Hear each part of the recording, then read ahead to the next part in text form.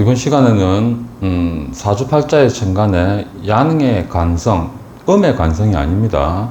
양의 관성이 있을 때 그 사람의 심리 또는 행동이 어떠한 것인지, 어떻게 변하는 것인지에 대해서 잠시 설명을 하도록 하겠습니다.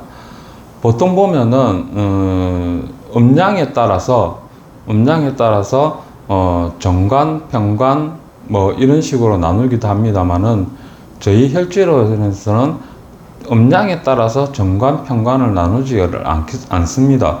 즉 음양이 짝이냐 아니냐에 따라서 중요한 게 아니고 오는 운인 자체가 또는 사주팔자에 있는 오행 자체가 일간 대비 양이냐 음이냐에 따라서 정관, 평관이 달라지게 되는데 제가 정관, 평관을 따로 이야기를 하게 되면은 여러분들이 많은 오해를 불러들을 수도 있습니다. 왜냐하면은 기존의 십성을 구분하는 방법과는 전혀 다르기 때문이죠. 그렇기 때문에 이번 시간에는 그냥 정관, 평관이라는 것을 사용을 하지 않고 그냥 음의 관성 또는 양의 관성으로 지칭을 하도록 하겠습니다. 일반적으로 사주팔자의 천간에 양의 관성이 어떠한 천간에 있어도 이 모두가 적용이 되는데, 일단 양의 관성이 사주팔자의 천간에 있게 되면은 대체적으로 멘탈이 상당히 약하다고 보시면 됩니다. 즉 유리 멘탈이라고 보시면 되죠. 살얼음 같은 멘탈이라고도 볼 수도 있는데 대체적으로 거절을 잘 못한다든가 또는 옛날에 있었던 일 또는 자기가 했던 행동에 대해서 약간의 불안감을 느낀다든가 또는 죄책감을 느낀다든가 또는 관성 같은 경우에는 특별하게 기억력이 좋은 것을 뜻하는데 이러한 분들 같은 경우에는 아주 오래된 일이라도 자신의 내리 속에서 망각이 되지를 않고 그대로 남아서 10년이고 20년이고 흘러가기 때문에 세월이 흘러도 주로 나를 정신적으로 괴롭히는 작용을 많이 하게 됩니다. 우선 이 1번 예시를 들어볼까요? 일간이 양이지만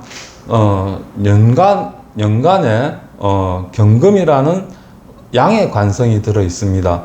이 양의 관성은 월간에 있어도 상관없고 시간에 있어도 상관없습니다.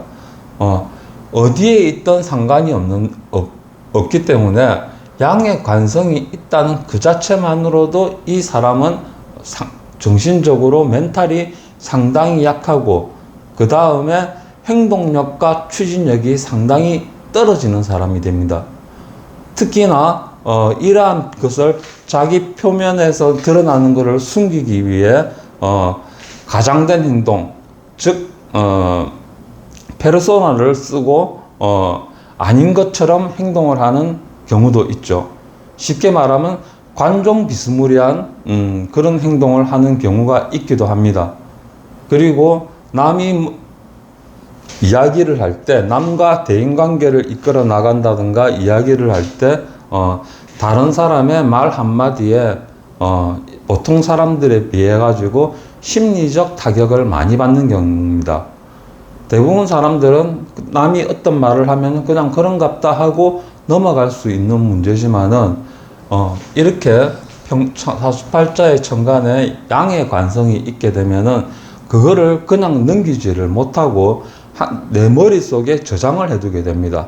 그리고는 시간이 날 때마다 이 사람이 왜 그런 말을 했을까라는 생각을 자꾸 머릿속에 되뇌이면서 그걸로 인해서 고민을 하기도 하고 걱정을 하기도 하죠. 하지만 이렇게 양의 관성이 없는 분들 같은 경우에는 일반적으로 그 순간이 지나고 나면은 대체적으로 그 당시 있었던 일을 잊어버리는 게 대부분입니다. 이것이 정상이죠. 즉 망각 기능이 제대로 활용이 되고 있는데 단지 관에 있는 양의 관이 있는 사람들 같은 경우에는 이 망각 기능이 제대로 작용을 하고 있지 않다는 겁니다. 그럼 두 번째 한번 예문을 볼까요? 두 번째 예문을 보면은 일간이 을목이죠. 음이죠. 그 다음에 연간이 경금입니다.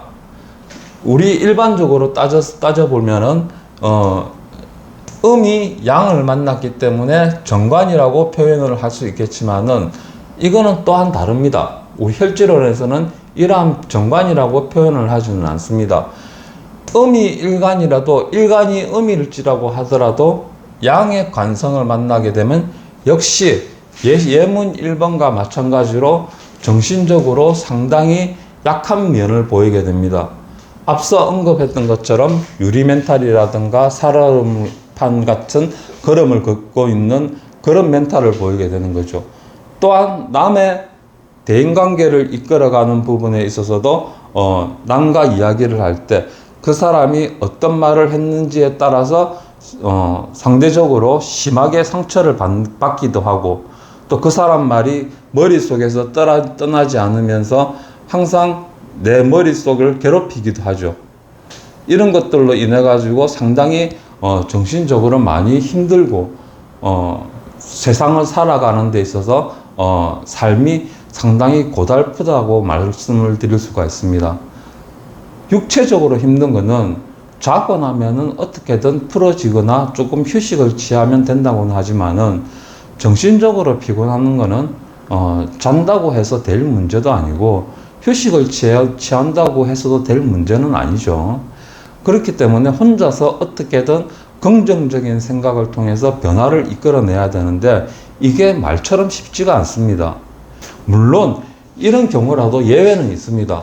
이런 경우라도 천간에 혈지나 보조혈들이 많아가지고 대인관계가 상당히 좋은 사람들 같은 경우, 즉 동성들과 대인관계가 상당히 좋은 사람들 같은 경우에는 그나마 멘탈의 상처를 덜 받는 형식이라고 볼 수 있습니다. 즉 유년기, 청년기, 중년기 이때의 정신적 상처를 덜 받는 편이죠. 그리고 노년기 들어서야 그제서야 약간의 우울증이 온다거나 심리적인 충격이 온다거나 외로움을 심하게 느낀다든가 또는 세상이 허무하다는 걸 느낀다든가 이러한 현상을 보이게 되죠. 혼자서 극복하기에는 너무나 힘든 과정이라고 할 수 있기 때문이죠. 자, 오늘은 여기까지 간단하게 일간 대비 사주팔자의 천간에 양의 관성이 있을 때 어떠한 심리와 행동, 그 다음에 어떠한 멘탈을 가지고 있는지에 대해서 언급을 했습니다. 다음 시간에 또 다른 칼럼으로 짧은 시간 동안에 여러 가지 이야기를 해보도록 하겠습니다. 자, 오늘 시청해 주셔서 감사드리고 지금까지 사주상담가였습니다.